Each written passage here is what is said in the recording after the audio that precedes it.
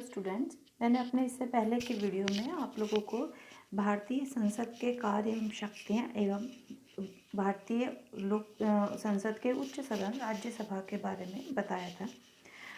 आज के वीडियो में मैं आप लोगों को भारत के निम्न सदन लोकसभा के बारे में बताऊंगी। भारत में निम्न सदन के रूप में लोकसभा का गठन किया गया है।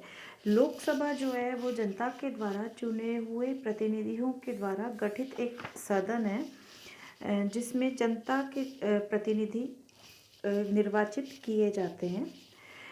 भारत में पहले लोकसभा की सदस्य संख्या 500 हुआ करती थी, लेकिन इसमें धीरे धीरे करके वृद्धि की गई है और अब 1987 के अधिनियम द्वारा ये निर्धारित किया गया है कि राज्यों के 530 सदस्य और केंद्र शासित प्रदेशों के 20 सदस्य, अधिकतम 550 सदस्य इसके हो सकते हैं। निर्वाचित सदस्य अधिकतम 550 हो सकते हैं और 2 सदस्य जो है वो एंग्लो इंडियन सोसाइटी के राष्ट्रपति के द्वारा मनोनीत किए जाते हैं। यानी कुल मिला के लोकसभा के सदस्यों की अधिकतम संख्या कितनी हो सकती है? 552।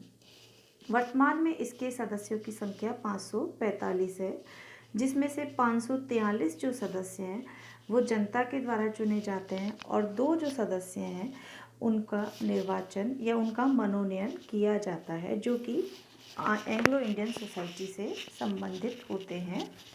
1971 की जनगणना के आधार पर परिसीमन आयोग के द्वारा अगली लोकसभा की सदस्य संख्या के संबंध में निर्णय लिए गए थे। अनुच्छेद 82 में 42वें संवैधानिक संशोधन में के द्वारा अनुच्छेद 82 में संशोधन करते हुए व्यवस्था की गई है कि लोकसभा और राज्यसभा के निर्वाचन क्षेत्र 2021 तक वही रहेंगे जो 1971 की जनगणना के आधार पर निर्धारित किए गए हैं। जब हम भारतीय संसद के कार्यों के बारे में पढ़ते हैं कि भारत की संसद को ये शक्तियाँ मिली हुई हैं, तो उसमें जब दोनों सदनों का हम अध्ययन करते हैं तो मुख्यतः वो शक्तियाँ लोकसभा के द्वारा ही प्रयोग में लाई जाती हैं।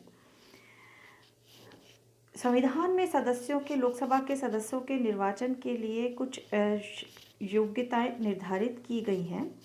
लोकसभा के चुनाव में उन सभी सदस्यों को मतदान का अधिकार है जो भारत का नागरिक है और जिनकी आयु 18 वर्ष या अधिक है और जो पागल और दिवालिया नहीं हो और जिन्हें संसद के कानून द्वारा किसी अपराध, भ्रष्टाचार या गैरकानूनी व्यवहार के कारण मतदान से वंचित नहीं कर दिया गया है। लोकसभा के सदस्यों के लिए भी योग्यताएं निर्धारित की गई है। यानी जो ये योग्यताएं थी वो किसकी थी? मतदाताओं की, जिनमें कि 18 वर्ष की आयु प्राप्त वो सभी लोग जिनको कि अयोग्य नहीं ठहराया गया है, किस आधार पर कि वो पागल हो या दिवालिया हो, इस आधार पर उनको अयोग्य नहीं ठहराया गया हो या उनके विरुद्ध किसी तरह का गैरकानूनी या अपराध हो या फिर कोई भ्रष्टाचार के आधार पर उनको वंचित नहीं किया गया, उन सब लोगों को भारत में मतदाता के रूप में अपने अधिकार का प्रयोग करने का अधिकार संविधान के माध्यम से दिया गया है। साथ ही लोकसभा के सदस्यों की योग्यताओं का उल्लेख भी संविधान में किया गया है, जिनमें है कि वह व्यक्ति भारत का नागरिक हो। यानी जो व्यक्ति लोकसभा का सदस्य बनना चाहता है उसके लिए आवश्यक है कि वह भारत का नागरिक हो। दूसरा, उसकी आयु 25 वर्ष या इससे अधिक हो और तीसरी, भारत सरकार अथवा किसी राज्य सरकार के अंतर्गत वह कोई लाभ का पद धारण न किए हो। साथ ही वह किसी न्यायालय द्वारा दिवालिया नहीं ठहराया गया हो। इन योग्यताओं के अलावा अन्य योग्यताएं निर्धारित करने का अधिकार संविधान के द्वारा संसद को दिया गया है। यानी ये तो एक सामान्य मूलभूत योग्यता है। इसके अतिरिक्त कुछ योग्यताएं जो कि आवश्यक होती है लोकसभा का सदस्य बनने के लिए, उस संबंध में कानून बनाने का जो अधिकार है वो भारतीय संसद को दिया गया है।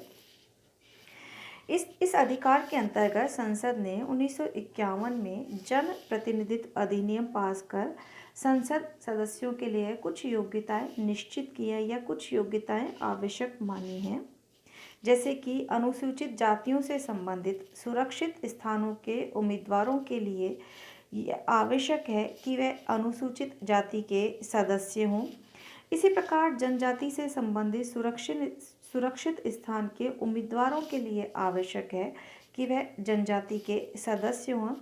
ये व्यक्ति समस्त भारतीय क्षेत्र में किसी भी स्थान से अनुसूचित जाति व जनजाति के सदस्य हो सकते हैं।